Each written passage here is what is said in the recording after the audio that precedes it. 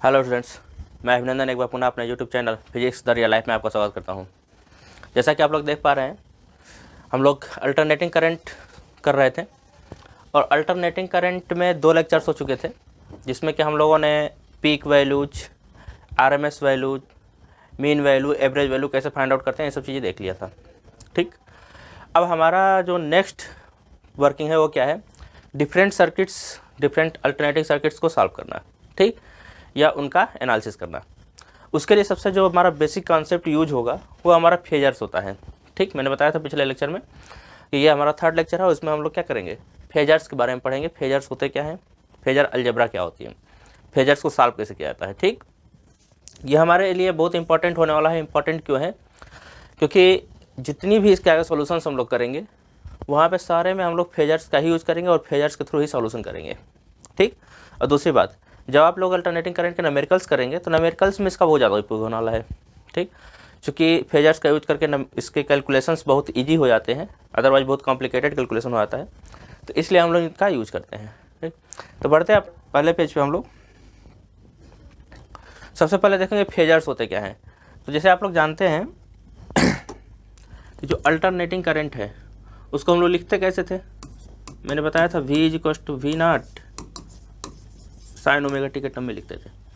ठीक, यानी मैंने बताया था कि ये साइनोसाइडल वोल्टेज होगा। ठीक, या हो सकता है कि एक को साइनोसाइडल वोल्टेज हो, या इसको हम लोग ऐसे भी लिख सकते थे V = V0 cos omega T. ठीक, अब अगर इनिशियल फेज हमको पता हो तो कई जगह पे इसको ऐसे भी लिखा जाता है +φ करके, यानी एंगल एक में रहेगा, यहाँ +φ या -φ कुछ भी आ सकता है। ठीक, +φ या -φ एनीथिंग आ सकता है। अब हम लोग करते क्या है कि चूंकि ये साइनोसाइडल क्वांटिटी है या कोसाइनोसाइडल क्वांटिटी है, तो साइनोसाइडल क्वांटिटी को रिप्रेजेंट करने के लिए एक रोटेटिंग वेक्टर का यूज करेंगे हम लोग। अब रोटेटिंग वेक्टर क्या होगा, तो इसके लिए सबसे पहले हम लोग एक कॉम्प्लेक्स प्लेन लेंगे। कॉम्प्लेक्स प्लेन में हमारा रियल एक्सिस होता है, इसको एक्स एक्सिस आप लोग बोलते हैं, रियल एक्स एक्सिस, और ये हमारा क्या होता है, इमेजिनरी एक्सिस। ठीक, ये वाई एक्सिस है हमारा, जिसको हम लोग क्या बोल रहे हैं, इमेजिनरी एक्सिस। रियल एक्सिस को एब्सिसा भी बोला जाता है, लिख देता हूं मैं।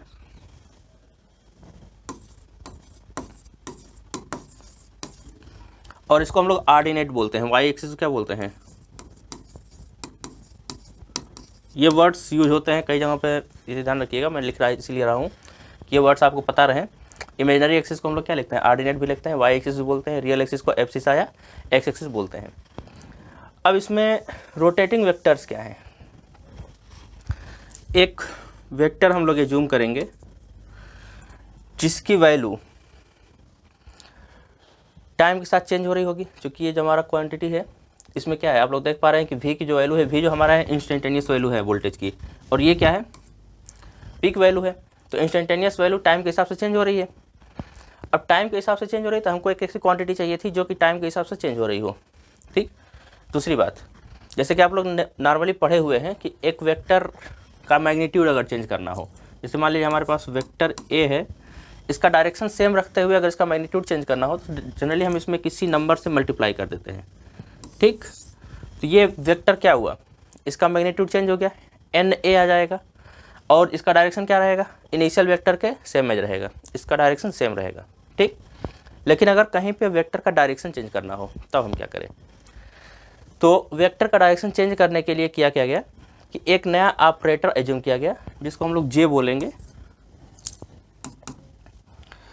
J = √-1 होगा।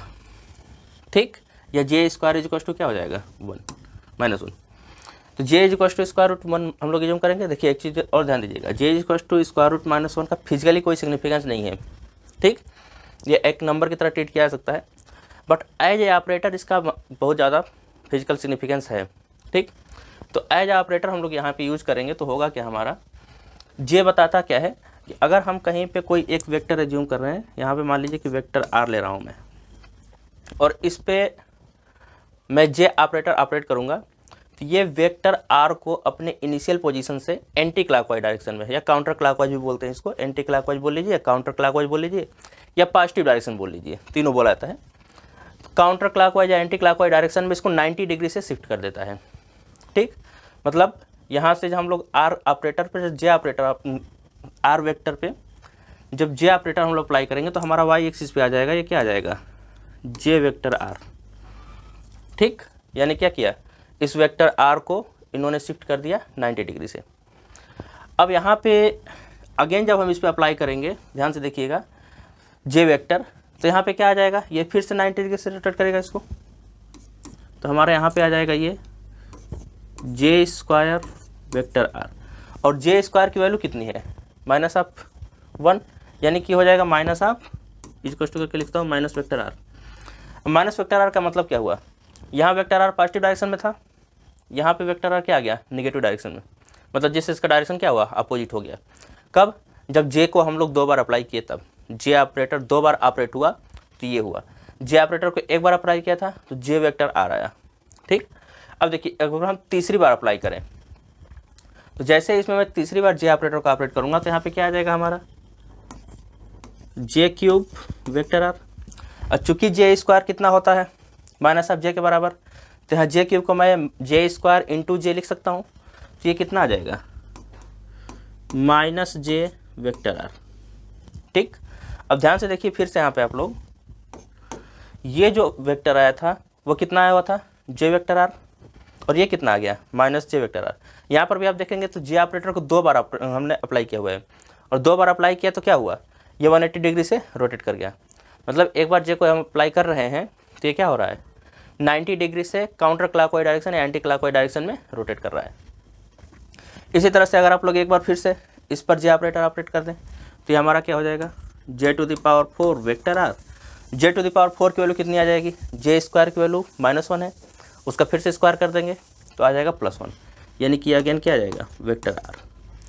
तो यहाँ पे जो जे है एज ए ऑपरेटर हम लोग यूज़ कर रहे हैं, जो कि एक वेक्टर को उसका मैग्नीट्यूड कांस्टेंट रखते हुए, अभी ध्यान दीजिएगा, मैं सिर्फ और सिर्फ जे वेक्टर जब ऑपरेट कर रहा हूँ तो इस वेक्टर का मैग्नीट्यूड कांस्टेंट रखते हुए उसको काउंटर क्लॉकवाइज या एंटी क्लॉकवाइज डायरेक्शन में 90 डिग्री से रोटेट कर रहा है। ठीक, इसको हम लोग क्या बोलेंगे, जे ऑपरेटर। ठीक, अब देखिए अगर हम कोई दूसरा वेक्टर ले लें, जैसे वेक्टर आर, मैं इसको एज्यूम कर लेता हूँ, अब इन सब चीज़ों को हटा रहा हूँ जो मैंने बताया, ये चीज़ें आपको क्लियर हो गई होंगी कि अगर किसी भी वेक्टर का डायरेक्शन चेंज करना हो सिर्फ और सिर्फ डायरेक्शन मैग्नीट्यूड को सेम रखते हुए, तो उसमें हम लोग क्या करेंगे, एक एज्यूम्ड वेक्टर है जे, जिसको हम लोग अप्लाई करेंगे। ठीक, अब इन चीज़ों को मैं हटा रहा हूँ, ये मैंने बताया सिर्फ इसलिए कि आप लोगों को चीज़ें क्लियर हो कि हाँ ऐसा हो रहा है। ठीक, अब देखिए यहाँ पे ये हम मान लेते हैं वेक्टर आर है हमारा। ठीक, और किसी टाइम पे इसका जो पोजीशन है ये थीटा है हमारा। ठीक, अब चूंकि टाइम डिपेंडेंट अगर हम इसको ले लें तो टाइम के साथ ये वेरी करेगा, और इसकी एंगुलर वेलोसिटी अगर हम ओमेगा मान लें, let omega be the angular velocity, तो एंगुलर वेलोसिटी अगर हम ओमेगा मान लेंगे तो थीटा की जो वैल्यू आएगी वो ओमेगा टी के बराबर आ जाएगी। ठीक, ये आप लोग पीछे भी पढ़े होंगे, सर्कुलर मोशन में 11th में कई बार पढ़ाएगा होगा। तो थीटा इज इक्वल क्या आता है, ओमेगा टी। अब जो ये हमारे वेक्टर आर है इसके 2 कंपोनेंट्स होंगे, एक रियल कंपोनेंट और दूसरा क्या होगा, इमेजिनरी कंपोनेंट। तो रियल कंपोनेंट क्या आ जाएगा हमारा, इसका एक्स कंपोनेंट क्या होगा, आर कास थीटा। ठीक, ये आप लोग इसको ऐसे ले सकते हैं, magnitude of vector R cos theta. ठीक, और इसका वाई कंपोनेंट क्या आ जाएगा, magnitude of vector R sine theta. ठीक, या इसी को हम लोग क्या लिख सकते हैं, आर साइन थीटा। ये ध्यान दीजिएगा, थीटा के यहाँ पर मैं ओमेगा टी भी रख सकता था, sine omega T cos omega T भी आ जाएगा, कोई दिक्कत नहीं है। अब इस वेक्टर को अगर हम लिखना चाहें, ठीक, तो कैसे लिख सकते हैं, तो चूँकि इसमें इमेजिनरी पार्ट भी है और रियल पार्ट भी है तो इसको हमको कॉम्प्लेक्स नंबर में लिखना पड़ेगा। ठीक, और इस पूरे प्लेन को हम क्या मान लेंगे, कॉम्प्लेक्स प्लेन। तो हमारा जो वेक्टर आर आएगा वो क्या आ जाएगा, r cos theta plus R J sine theta.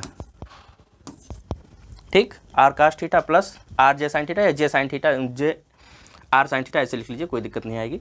आप लोग जानते हैं कॉम्प्लेक्स क्वांटिटीज को लिखने का तरीका क्या होता है, आप लोग पढ़े हैं इसको पीछे, जैसे आप लोग पढ़े होंगे वेक्टर एक्स अगर कॉम्प्लेक्स क्वांटिटी है तो हम लोग क्या लिखते थे, कोई भी एक क्वांटिटी मान लेता हूँ, आर जो है कॉम्प्लेक्स क्वांटिटी है तो ए प्लस आई बी के फॉर्म में लिखते थे हम लोग, ठीक, जहाँ ए क्या होता था रियल पार्ट और आई बी में बी क्या होता था इमेजिनरी पार्ट। उसी तरह से यहाँ पे मैंने क्या लिखा, जे आर साइन थीटा कर दिया, जहाँ पे आर साइन थीटा क्या है इमेजिनरी पार्ट और आर कास थीटा क्या है रियल पार्ट। तो इसको हम ऐसे लिख सकते हैं। इसी चीज़ को हम चाहें तो ऐसे भी लिख सकते हैं, अगर आर कॉमन कर लूँ मैं तो कास थीटा प्लस जे साइन थीटा, ये भी लिख सकते हैं हम लोग। अब इसी चीज़ को हम लोग चेंज करना चाहें थोड़ा सा और, तो एक चीज़ ध्यान दीजिएगा, आप लोगों को कन्फ्यूजन यहाँ हो सकता है कि मैंने इस साइड वेक्टर लगाया हुआ है और यहाँ कहीं पे वेक्टर नहीं लगा हुआ है, ठीक। आप लोगों ने पीछे कहीं भी पढ़ा होगा तो एक रूल जानते होंगे कि किसी भी इक्वेशन के दोनों तरफ वेक्टर होता है। मतलब अगर लेफ्ट हैंड साइड में कोई क्वांटिटी वेक्टर है तो राइट हैंड साइड में कोई ना कोई एक क्वांटिटी वेक्टर एग्जिस्ट कर रही होगी, ठीक। और हाँ, अगर डॉट प्रोडक्ट होगा तो स्केलर क्वांटिटी आ जाएगी, सिंपल सी बात है, तो वहाँ नहीं होता। लेकिन दो वेक्टर्स का डॉट प्रोडक्ट होना चाहिए, ये ध्यान रखिएगा। अगर सिंगल क्वांटिटी पे वेक्टर है तो दूसरे साइड भी वेक्टर होगा। यहाँ मैंने क्यों नहीं लिखा, यहाँ पे देखिएगा, जो मैं थीटा लिख रहा हूँ ये थीटा डायरेक्टली क्या कर रहा है, इस वेक्टर के पोजीशन को बता रहा है, ठीक। पोजीशन का मतलब इसका डायरेक्शन, और कहाँ से, एब्सिसा से। एब्सिसा का मतलब रियल एक्स एक्सिस से इसका पोजीशन क्या होगा ये बता रहा है सीधा सीधा। तो हम इसके डायरेक्शन को यहीं पे स्पेसिफाई कर दिए हैं इस क्वेश्चन में ही, इसलिए हम इधर वेक्टर नहीं लगा रहे हैं, ठीक। तो वेक्टर आर लिखने का मतलब क्या है कि इधर मैंने थीटा के थ्रू बता दिया है, जहाँ पे थीटा की वैल्यू क्या बता रही है कि रियल एक्स एक्सिस से ये वेक्टर कितना एंगल बना रहा है, ठीक, या कितने फेज पे है। अब इसमें जो फेजर की बात चल रही थी कि फेजर क्या है, तो ये जो वेक्टर है जो रोटेटिंग वेक्टर है हमारा, अब यहाँ पे ध्यान दीजिएगा, जैसे जैसे हम इसको रोटेट करते चले जाएंगे, थीटा की वैल्यू बढ़ाएंगे तो हमारे कास थीटा की वैल्यू घटेगी, तो हमारा साइन थीटा की वैल्यू बढ़ेगी, ठीक। मतलब रियल पार्ट घटेगा तो इमेजिनरी पार्ट बढ़ेगा, फिर इमेजिनरी पार्ट घटेगा तो रियल पार्ट बढ़ेगा, ऐसे चलता चला जाएगा। तो ये जो रोटेटिंग वेक्टर है जो कि साइनोसाइडल वेव को रिप्रेजेंट करेगा, इसको हम लोग क्या बोलते हैं, फेजर, ठीक।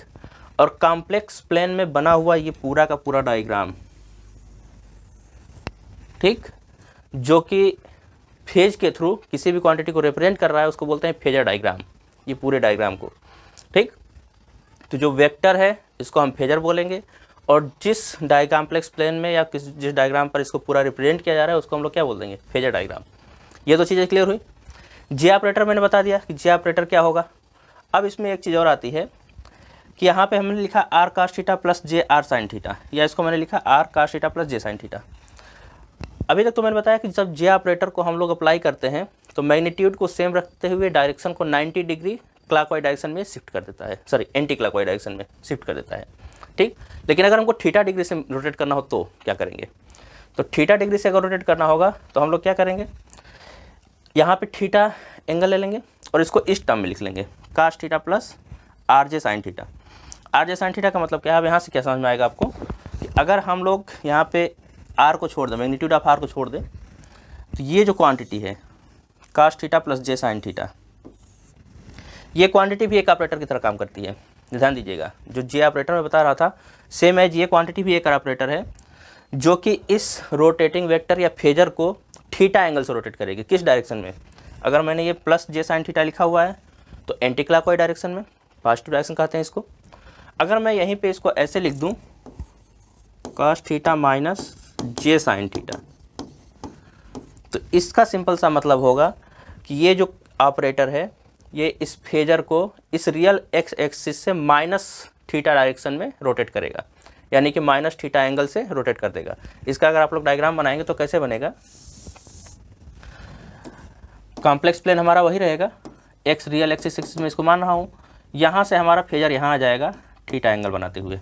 कब, जब ये ऑपरेटर ऑपरेट करेगा तब, ठीक। तो ये भी ध्यान दीजिएगा कि अगर थीटा एंगल से हमको रोटेट करना है तो इसको हम ऐसे लिखेंगे, ठीक। अब यहाँ पे ये सब चीज़ें मैं बता के रहा हूँ, ये सब चीज़ें अल्टरनेटिंग करंट में करंट और वोल्टेज के बीच में अक्सर जब हम लोग फेज निकालते हैं तो वहाँ पे ज़रूरत पड़ती है, ठीक। अब फेजर्स में फेज डिफरेंस क्या होगा, एक बात ये आती है। तो देखिए, मान लीजिए कि एक फेजर मैंने ये लिया जो कि वोल्टेज को रिप्रेजेंट कर रहा है, मैं एक फेजर और ले लेता हूँ जो करंट को रिप्रेजेंट करेगा। तो अगर मैंने एक फेजर और यहाँ पे मान लिया जो कि करंट को रिप्रेजेंट करता है, जनरली समझ लीजिएगा कि जो करंट का मैग्नीट्यूड होगा हमेशा वोल्टेज से कम होगा, ठीक। V = IR होता है, तो I = V/R आएगा, R टाइम्स वो कम हो जाता है। तो इसका मैग्नीट्यूड हमेशा कम होगा आई वाले का, लेकिन मैं यहाँ पे एज एग्जांपल ले रहा हूँ। तो मान लेंगे कि ये आई को रिप्रेजेंट कर रहा है और ये भी को रिप्रेजेंट कर रहा है। तो इन दो फेजर्स के बीच जो डिफरेंस आएगा उसको हम लोग क्या बोल देंगे, फेज डिफरेंस। ठीक, यानी कि भी और आई के बीच में जो एंगल का डिफरेंस आएगा उसी को हम लोग क्या बोलेंगे, फेज डिफरेंस। लिखेंगे कैसे, अगर मैं इसको पूरे को फाई मान लूँ, फाई, तो फाई हमारा क्या है, थीटा प्लस, इसको मैं कुछ और एज्यूम कर लेता हूँ,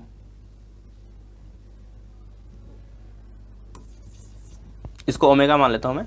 तो थीटा प्लस ओमेगा के बराबर आ जाएगा फाई की वैल्यू। टोटल फाई कितनी आ जाएगी, इतना।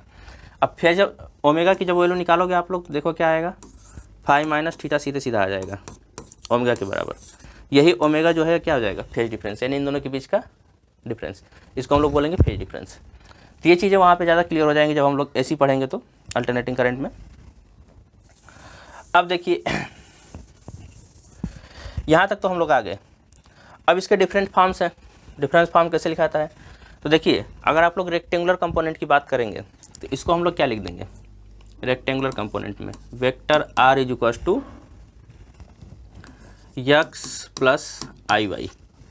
ठीक, ये वेक्टर आर की वैल्यू है, एक्स कंपोनेंट है और आई वाई क्या है, वाई कंपोनेंट। इसको आई वाई ना लिख करके मैं जे वाई भी लिख सकता हूँ, जे को मान लूँगा मैं इमेजिनरी क्वांटिटी। ठीक, तो X is plus J Y. ठीक, जहाँ पे एक्स की वैल्यू क्या होगी, आर कास थीटा और वाई की वैल्यू आर साइन थीटा। ठीक, ये कन्फर्म है। इसी को हम चाहें तो पोलर फॉर्म में लिख सकते हैं। ठीक, तो इसको रेक्टेंगुलर फॉर्म या कार्टेजन फॉर्म दोनों बोलते हैं, ध्यान रखिएगा, रेक्टेंगुलर फॉर्म या कार्टेजन फॉर्म।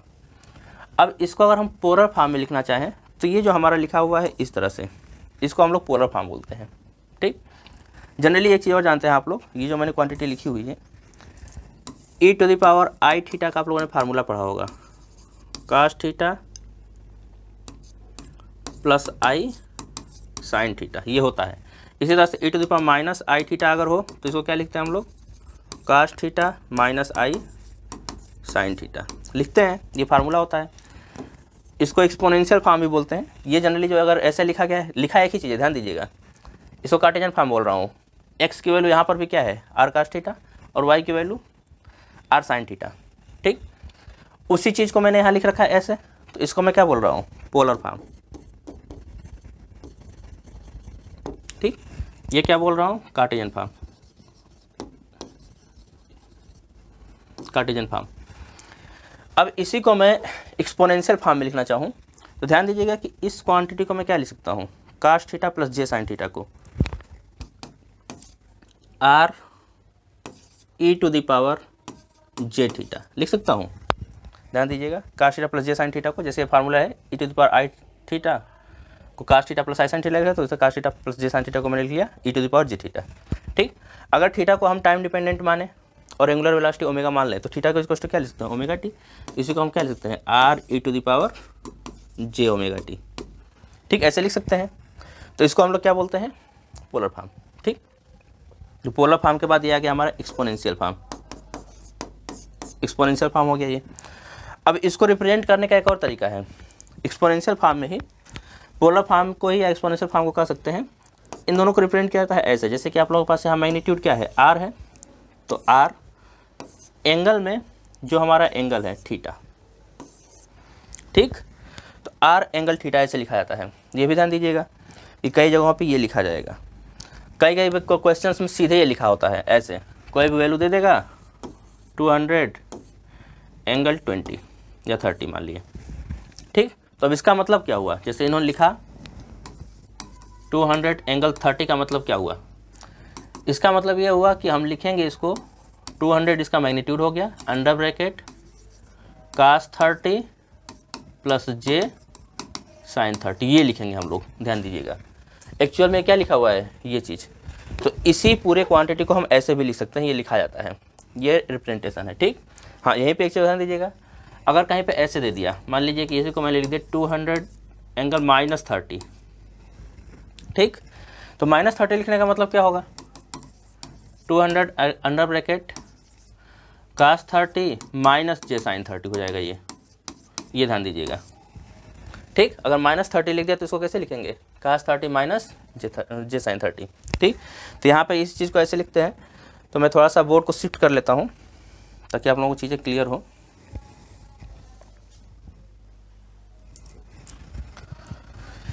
यहीं से मैं आगे बढ़ रहा हूँ। तो यहाँ पे मैंने क्या लिखा, इसको ऐसे लिखा। तो इसको जनरल फॉर्म में अगर मैं लिखना चाहूँ तो देखिएगा, vector r is equal to हम लिख सकते हैं r cos theta plus J are sine theta, या इसी को मैं लिख सकता हूँ r under bracket cos theta plus जे साइन थीटा। हाँ, अगर मैं यहीं पे प्लस माइनस दोनों ले लूँ तो यहाँ पर भी प्लस माइनस दोनों आ जाएगा। ठीक, और इसी चीज़ को अगर मैं ऐसे लिख दूं एक्सपोनेंशियल फॉर्म में तो हमारे पास क्या आ जाएगा, r e to the power plus minus J theta. ठीक, या इसी को हम लोग क्या लिख सकते हैं, r angle plus minus theta.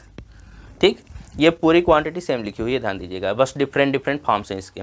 ठीक, एक हमारा कार्टेशियन फॉर्म हो गया जो ऊपर मैंने लिखा था, ये हमारा पोलर फॉर्म हो गया, ये एक्सपोनेंशियल फॉर्म हो गया, ये पोलर फॉर्म का ही एक फॉर्म है।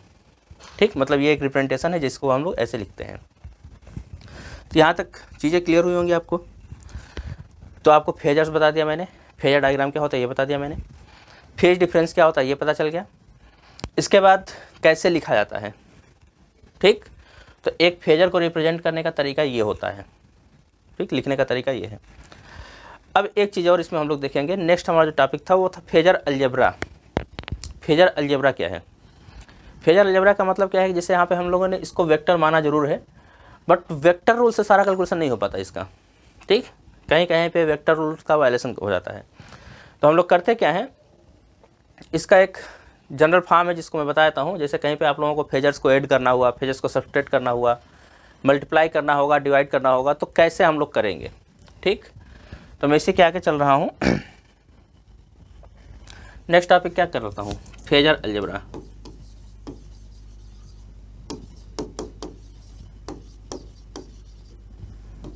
ठीक, अब हमारे पास फेजर क्या है, मैंने मान लिया वेक्टर r एक फेजर था जिसकी वैल्यू मैं क्या मान रहा हूँ, r cos थीटा प्लस जे साइन थीटा, या इसी को मैं लिख देता हूँ r e to the power J theta. ठीक, ये ध्यान दीजिएगा, theta is equal to omega T हो सकता है। अगर थीटा को मैं टाइम डिपेंडेंट मान लूँ तो मैं थीटा को आगे चल के चेंज कर लूँगा। अब देखिए, अगर हमारे पास दो फेजर्स का सम करना हो, ठीक, तो अब दो फेजर्स का सम करना होगा तो कैसे करेंगे। तो इसके लिए मैं दो फेजर्स ले लेता हूँ। मैं ले लेता हूँ वेक्टर ए, पहला फेजर जिसकी वैल्यू मैं मान ले रहा हूँ r e to the power J theta a, और दूसरा फेजर मैं ले लेता हूँ वेक्टर बी जिसको मैं मान लेता हूँ r e to the power J theta B. ठीक, ये मैग्नीट्यूड भी अलग अलग हो सकता है, ध्यान दीजिएगा। अगर मैं चाहूँ तो इसको भी अलग अलग कर सकता हूँ, दोनों का मैग्नीट्यूड अलग अलग कर लें आप लोग। यहाँ एक कर लीजिए, यहाँ भी कर लीजिए। ठीक, अब इन दोनों को ऐड कैसे करेंगे। ठीक, एडिशन में पहले बता रहा हूँ कि दोनों फेजर्स का एडिशन कैसे होगा। ठीक, दोनों को ऐड करने के लिए हम लोग सिंपली क्या करेंगे, vector A plus of vector B. अब देखिए, vector A plus vector B करेंगे तो मैग्नीट्यूड तो हमारे ऐड होंगे, ठीक है, लेकिन मैग्नीट्यूड ऐड भी होंगे तो ये वेक्टर के रूल से ऐड होंगे। ठीक, तो इसमें हम लोग यूज़ क्या करेंगे, आप लोग पढ़े होंगे vector law of addition, parallelogram law. ठीक, तो पैरेललोग्राम लॉ में क्या पढ़ा हुआ है आपने, जिन दो वेक्टर्स को ऐड करना होता है, दोनों वेक्टर्स को क्या करते हैं, जैसे मैं बना देता हूँ आप लोगों को। मान लीजिए कि हमारा वेक्टर ए है और ये हमारा क्या है, वेक्टर बी है।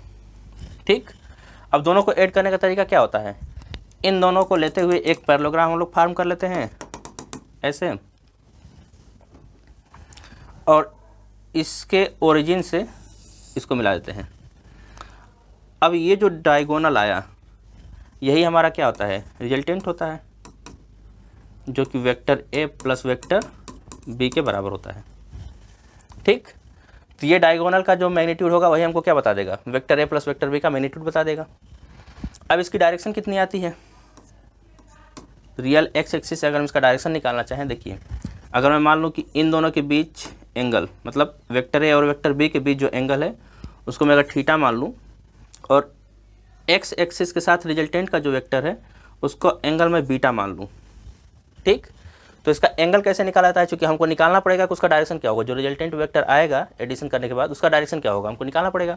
और डायरेक्शन निकालने का मतलब क्या है, हम क्या बताएंगे, जो हमारा इनिशियल या जो रियल एक्स एक्सिस है वहाँ से उसका एंगल कितना बनेगा, ठीक।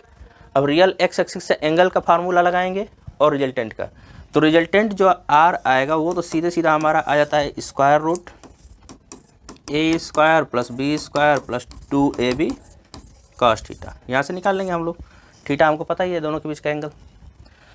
लेकिन अब जब डायरेक्शन की बात आएगी तो कैसे निकालेंगे, तो आप लोग एक फार्मूला पढ़े होंगे क्लास 11th में, tan बीटा निकाला होगा, जो कि आता है आप लोगों का b sine theta upon a plus, sorry beta नहीं b है, a plus B cos theta के बराबर। ये फार्मूला आप लोगों ने प्रूव किया होगा। यहाँ से आप लोग tan बीटा की वैल्यू निकालेंगे, यानी कि आपको बीटा की वैल्यू मिल जाएगी। और बीटा क्या बताएगा कि इनिशियल जो रियल एक्स एक्सिस है वहाँ से रिजल्टेंट वेक्टर का डायरेक्शन क्या होगा, ठीक। तो ये चीज़ हम लोगों को फाइंड आउट करेंगे, तो ये हमको मिलेगा कहाँ से, वेक्टर लगा पे एडिशन से, ठीक। इसी तरह से जब आपको सब्सट्रैक्शन करना होगा तो सब्सट्रैक्शन में भी सेम लगा सकते हैं, वहाँ पे आप लोग जानते हैं कि सब्सट्रैक्शन को भी एडिशन ला से किया जा सकता है, ठीक। या एक दूसरा तरीका भी होता है कि जिस फेजर को सब्सट्रैक्ट करना है उसको 180 डिग्री से रोटेट कर दीजिए तो उसका निगेटिव फेजर मिल जाएगा, और जैसे निगेटिव फेजर मिल जाएगा तो उससे एक पैरेललोग्राम ला बना करके और पैरेललोग्राम ला लगा दीजिए और वहाँ से एडिशन कर दीजिए। तो एडिशन कर देंगे तो फिर से क्या आ जाएगा, वो सब्सट्रैक्शन की वैल्यू आ जाएगी, ठीक। तो एडिशन और सब्सट्रैक्शन दो चीज़ें एक साथ कंप्लीट हुई, तो उसको निकालने का तरीका पूरा का पूरा ये होगा सॉल्व करने का, ठीक। इसका बहुत ज़्यादा ज़रूरत नहीं पड़ता है, खैर बीच बीच में कहीं कहीं यूज होगा, ठीक। जो ज़रूरत पड़ती है वो क्या पढ़ते हैं, तो हमारा मल्टीप्लिकेशन है नेक्स्ट, ठीक। तो मैं आगे बढ़ रहा हूँ, फेजर्स का मल्टीप्लिकेशन, इसको आप लोग नोट डाउन करते जाएं तो ज़्यादा बेहतर रहेगा।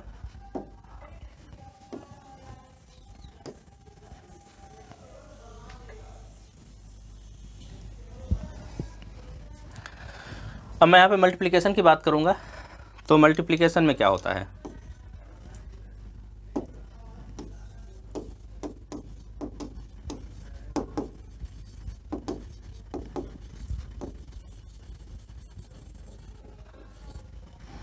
ठीक।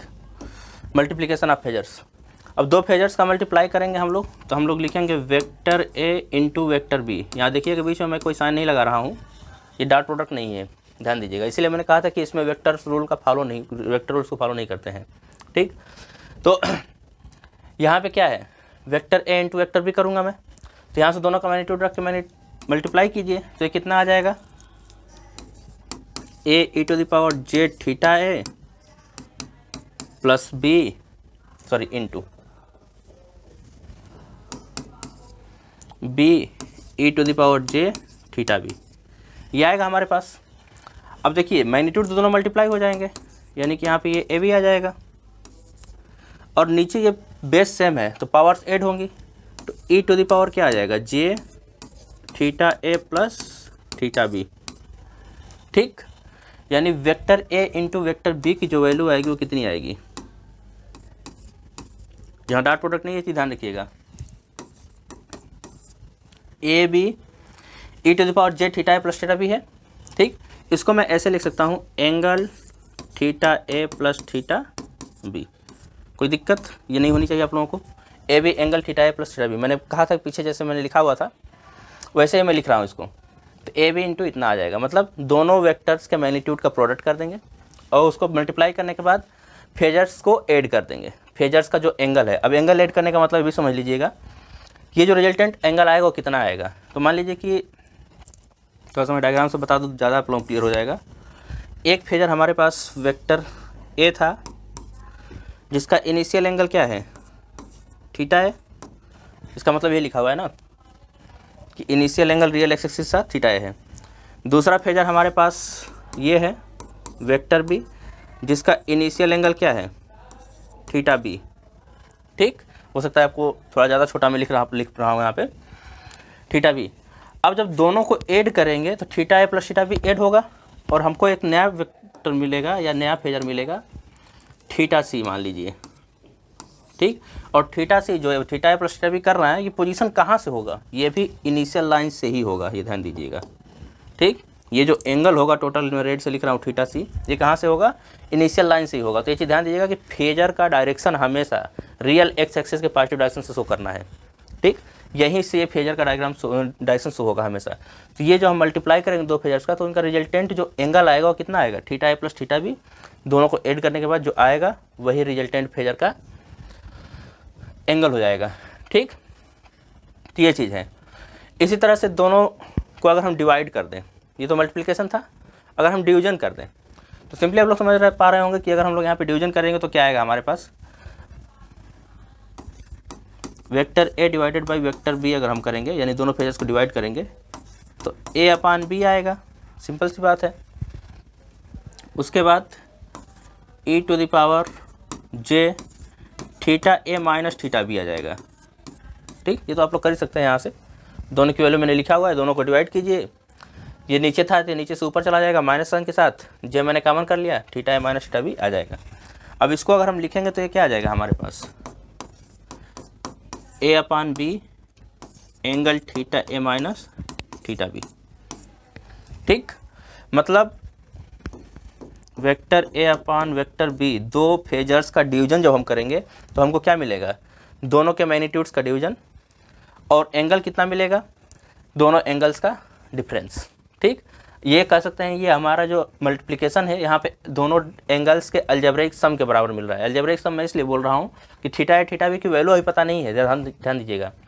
अगर थीटा ए थीटा बी की वैल्यू पता होती तो हो सकता है कि एक निगेटिव रियल एक्स एक्सिस से पॉजिटिव डायरेक्शन में, एक निगेटिव डायरेक्शन में हो, तो वे साइन लिखना पड़ेगा फिर हमको। जैसे कि यहाँ मैंने माना थीटा ए ऊपर है थीटा बी ऊपर है, हो सकता है थीटा बी नीचे आ जाए, थीटा यहाँ बी और नीचे होता तो ये निगेटिव साइन के साथ लिखा जाता थीटा बी, ठीक। तो निगेटिव साइन के साथ अगर लिखा होता तो निगेटिव साइन के साथ ऐड करना है, ये ध्यान दीजिएगा। इसीलिए मैं क्या बोल रहा हूँ कि इसमें अलजेब्रिक सम आएगा और यहाँ पे अलजेब्रिक डिफरेंस आएगा, ठीक। तो ये हमारा क्या हो गया, मल्टीप्लिकेशन। दो फेजर्स को मल्टीप्लाई कैसे करेंगे, हम लोग क्या देख लिए, दो को ऐड कैसे करेंगे, दोनों फेजर्स को सब्ट्रैक्ट कैसे करेंगे, दोनों का मल्टीप्लाई कैसे करेंगे, दोनों का डिवीजन कैसे करेंगे, ठीक। एक चीज़ और है, अगर कहीं पे फेजर के पावर में आ जाए, ठीक। जैसे कि मान लीजिए कि हमारे पास क्या है, मैं आगे बढ़ लेता हूँ एक पेज और, फेजर का पावर आ जाए, जैसे कि हमने लिखा था vector a is equals to a e to the power J theta, ठीक। अब a e to the power J theta मैंने लिखा हुआ है, इसका पावर एन करना हो तो इधर भी पावर एन होगा, ठीक। अब पावर एन होगा तो ये क्या आ जाएगा, a to the power n e to the power j n theta हो जाएगा, क्योंकि पावर मल्टीप्लाई हो जाती है, ये आ जाएगा। और इसको लिख कैसे सकते हैं हम लोग, a to the power n angle n theta, ठीक। मतलब जो मैग्नीट्यूड है उसके पावर में एन आ जाएगा, और जो हमारा एंगल है यानी फेज एंगल जो आ रहा है हमारा, phase angle N times change हो जाएगा, एन टाइम्स रोटेट कर जाएगा, तो ये एन थीटा आ जाएगा ऐसे, जब हम किसी फेजर के पावर में कोई भी पावर रेज करेंगे तब, ठीक। तो हमारा ये आता है, ये भी ध्यान दीजिएगा। तो ये हमारा क्या था, वेक्टर अलजेब्रा का एक पार्ट था, जिसमें कि ये ऑपरेशंस फेजर्स पे कैसे होंगे ये मैंने बताया, ठीक। आप लोग देख पा रहे होंगे कि वेक्टर्स के डायरेक्ट रूल यहाँ पे अप्लाई नहीं होते हैं। अगर डायरेक्ट रूल अप्लाई होते तो पीछे वाले टॉपिक पे मैं चलूँगा अगर, तो देखिए जैसे मैंने मल्टीप्लाई किया तो अगर डॉट प्रोडक्ट होता तो स्केलर क्वांटिटी आती, तो एंगल पता नहीं चलता, तो एंगल हमको पता है। क्रॉस प्रोडक्ट होता तो क्रॉस प्रोडक्ट का रूल क्या होता है कि इन दोनों वेक्टर्स को मिलाने वाले प्लेन के परपेंडिकुलर डायरेक्शन में डायरेक्शन होती है रिजल्टेंट वेक्टर का। अब यहाँ पे ऐसा भी कुछ नहीं है, सेम प्लेन में डायरेक्शन मिल रही है, पता चल रहा है। तो यहाँ पे हम ना डॉट प्रोडक्ट लगा पा रहे हैं ना क्रॉस प्रोडक्ट लगा पा रहे हैं, इसीलिए मैंने बताया कि फेजर अलजेब्रा थोड़ा सा डिफरेंस है, ठीक, थोड़ा सा डिफरेंट है ये, तो इसलिए हमको बताना जरूरी हो गया। अब इसी में आगे और बढ़ेंगे तो एक दो चीज़ें और हैं जो बहुत इंपॉर्टेंट हैं, जो हमको यूज होंगी हमारे साथ, ठीक। अब वो क्या है, तो देखिए मैंने अभी बताया था कि जब हम लोग अल्टरनेटिंग करंट पढ़ेंगे तो टाइम डिपेंडेंट करंट होती है, या अल्टरनेटिंग वोल्टेज की बात करेंगे तो टाइम डिपेंडेंट वोल्टेज होगा। और टाइम डिपेंडेंट वोल्टेज होने का मतलब क्या है, आप लोग मैंने लिखा था पीछे V is equals to V nought sine omega T. या ओमेगा टी प्लस फाई ही कर लेता हूँ अगर इनिशियल फेज कुछ रहा हो, ठीक। तो ऐसे हम कर सकते हैं। अब यहाँ पे टाइम डिपेंडेंट होने का मतलब क्या है कि एंगुलर वेलोसिटी जो फेजर हमारा रोटेट कर रहा है उसके रोटेशन का एंगुलर वेलोसिटी क्या है, ओमेगा है, और टी टाइम इंटरवल तक मूव किया है, इसी को हम थीटा लिख रहे थे। थीटा इज टू क्या लिखा था मैंने पीछे, ओमेगा टी।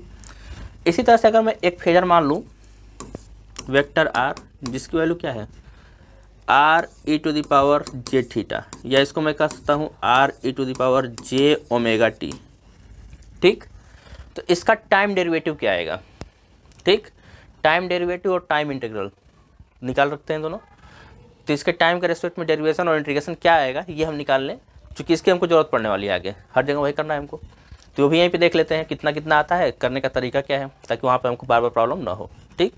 ये वीडियो बनाने का सिर्फ और सिर्फ एक पर्पज़ है, ये बता दूँ बीच में, कि आप लोगों को अल्टरनेटिंग करंट वाला चैप्टर सॉल्व करते समय कैलकुलेशन में कहीं भी दिक्कत ना आए, ठीक। क्योंकि सारे कैलकुलेशन के पार्ट को मैंने एक जगह समराइज़ कर दिया, आप लोग इस वीडियो को देख पा रहे हैं, देख लेते हैं, तो आपको कैलकुलेशन में कहीं कोई दिक्कत नहीं आने वाली, ठीक। और दूसरी बात, जैसे न्यूमेरिकल्स की बात आती है तो न्यूमेरिकल्स में मैंने बताया था कि जब वैल्यू दी जाती है तो ऐसे ही दी जाती है। मान लीजिए कि 2√2 एंगल माइनस थीटा, ये समथिंग दे दिया, कुछ भी एनी वैल्यू हो सकती है।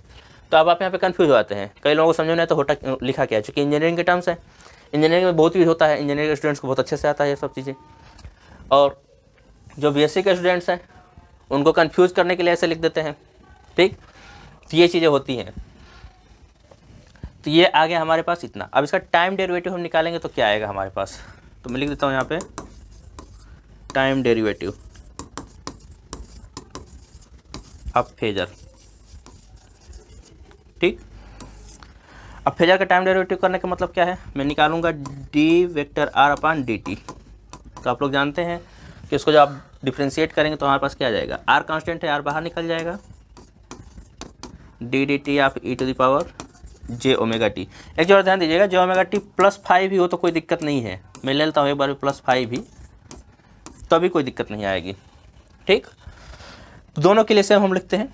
अब यहाँ पे हमने ये किया, अब इसका डिफ्रेंशिएशन करेंगे तो कितना आएगा, पहले तो एक्सपोनेंशियल का डिफ्रेंशिएशन सेम आता है, ई टू द पावर का सेम आता है, ई to the power J omega T +5 same आ जाएगा, इनटू जो पावर है उसका करेंगे जे ओमेगा टी का, तो यहाँ क्या आ जाएगा जे ओमेगा, ठीक। तो इनटू में आ जाएगा जे ओमेगा, ठीक। अब देखिए अगर आप लोग देखेंगे ध्यान से तो आर मैंने बाहर निकाल रखा था, यहाँ पे आर भी रहेगा, मल्टीपल में है तो R E to the power J omega T +5 है क्या, वेक्टर आर की वैल्यू है, ठीक, या फेजर की वैल्यू है। तो इसको मैं सीधे लिख सकता हूँ क्या, D phasor R upon D T. थोड़ा सा मैं शिफ्ट कर लेता हूँ क्योंकि लिखने में दिक्कत हो रही है यहाँ पे।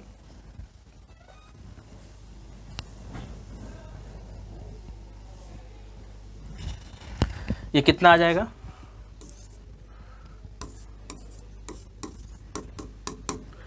इस पूरे क्वांटिटी को हम क्या लिख सकते हैं, वेक्टर ही, फिर से फेजर ही, sorry phasor R into J omega, या इसको लिख सकता हूँ जे ओमेगा वेक्टर आर, ठीक। तो मतलब सिंपल सी बात यह है कि अगर हम लोग किसी भी इस टाइप के फेजर को टाइम के रिस्पेक्ट में डेरिवेट करेंगे या डिफ्रेंशिएट करेंगे तो हमको क्या मिलेगा, जे ओमेगा उसके मल्टीपल में आ जाएगा, ठीक। तो हम डायरेक्टली वहाँ वैल्यू पुट करूँगा मैं, ध्यान दीजिएगा जब मैं सॉल्यूशन करूँगा तो वहाँ पे मैं डायरेक्टली वैल्यू पुट करूँगा। तो इसी कन्फ्यूजन को दूर करने के लिए मैं वीडियो बना रहा हूँ, ठीक। इसी तरह से जब मैं आगे चलूँगा तो इसको हम लोग क्या करेंगे, इंटीग्रेट करेंगे। तो इंटीग्रेशन किसके रिस्पेक्ट में, ये कितना आएगा, ठीक। तो इसकी वैल्यू निकालने के लिए भी हम लोग क्या करेंगे, वेक्टर आर की वैल्यू पुट कर दीजिए, integration of R E to the power J omega T +5 D T, ठीक।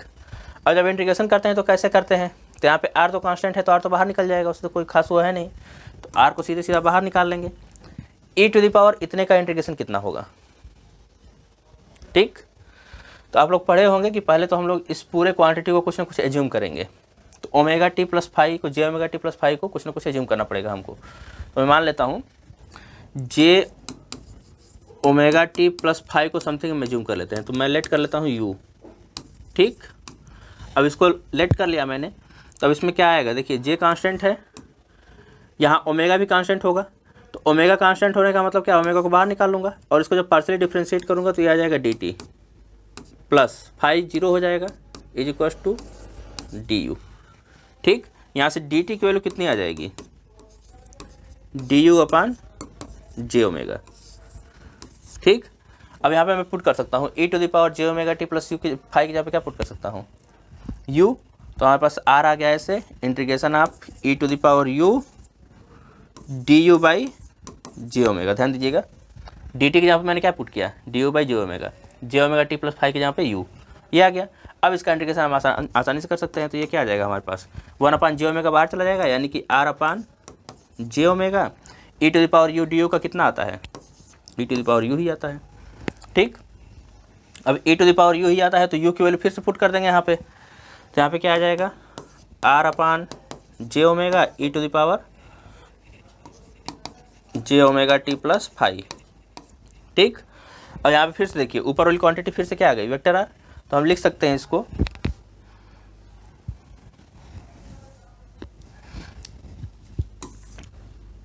Integration of vector R D T की जो वैल्यू आ रही है वो क्या आ गया हमारे पास, r upon J omega E to the power J omega T plus phi, या इसी को मैं क्या लिख सकता हूँ, R E to the power J omega को वेक्टर आर लिख सकता हूँ, vector are upon J omega. ठीक, यहाँ से क्या कंक्लूजन निकला है, ध्यान दीजिएगा, जो हम लोग डिफ्रेंशिएट करेंगे तो सिंपली वेक्टर आर में जे ओमेगा को मल्टीप्लाई कर देना है। ठीक, और जब हम उसको इंटीग्रेट करेंगे टाइम के रेस्पेक्ट में तो हमको जे ओमेगा से क्या कर देना है, डिवाइड कर देना है। ठीक, वहाँ पे भी कर सकते थे हम, मतलब कैलकुलेशन के दौरान भी ऐसा कर सकते थे, लेकिन वहाँ टाइम टेकिंग हो जाता है, तो ये चीज़ें मैंने इसलिए पहले बता दिया। तो ये जो फेजर अलजेब्रा मैंने आज बताया हुआ है, इस फेजर अलजेब्रा को ध्यान से देख लीजिएगा एक बार, इसके बाद आप अल्टरनेटिंग करंट में जाएंगे तो आपको चीज़ें बहुत ज़्यादा क्लियर होंगी, फेजर्स क्या होते हैं, फेजर्स काम कैसे करते हैं, जी ऑपरेटर क्या होता है, जी ऑपरेटर की काम क्या है। ठीक, ये सब चीज़ें आपको क्लियर हो जाएंगी। इसके बाद हम लोग करेंगे सर्किट एनालिसिस स्टार्ट। ठीक, डिफरेंट सर्किट्स के एनालिसिस करेंगे, जिसमें ओनली रेजिस्टेंस होगा, ओनली कैपेसिटेंस होगा, ओनली इंडक्टेंस होगा, फिर रेजिस्टेंस कैपेसिटेंस एक साथ आ जाएंगे, रेजिस्टेंस इंडक्टेंस एक साथ आ जाएंगे, इंडक्टर कर सकते हैं। तो इन सब सर्किट्स का एनालिसिस करेंगे। तो मिलते हैं फिर नेक्स्ट वीडियो में, तब तक के लिए धन्यवाद।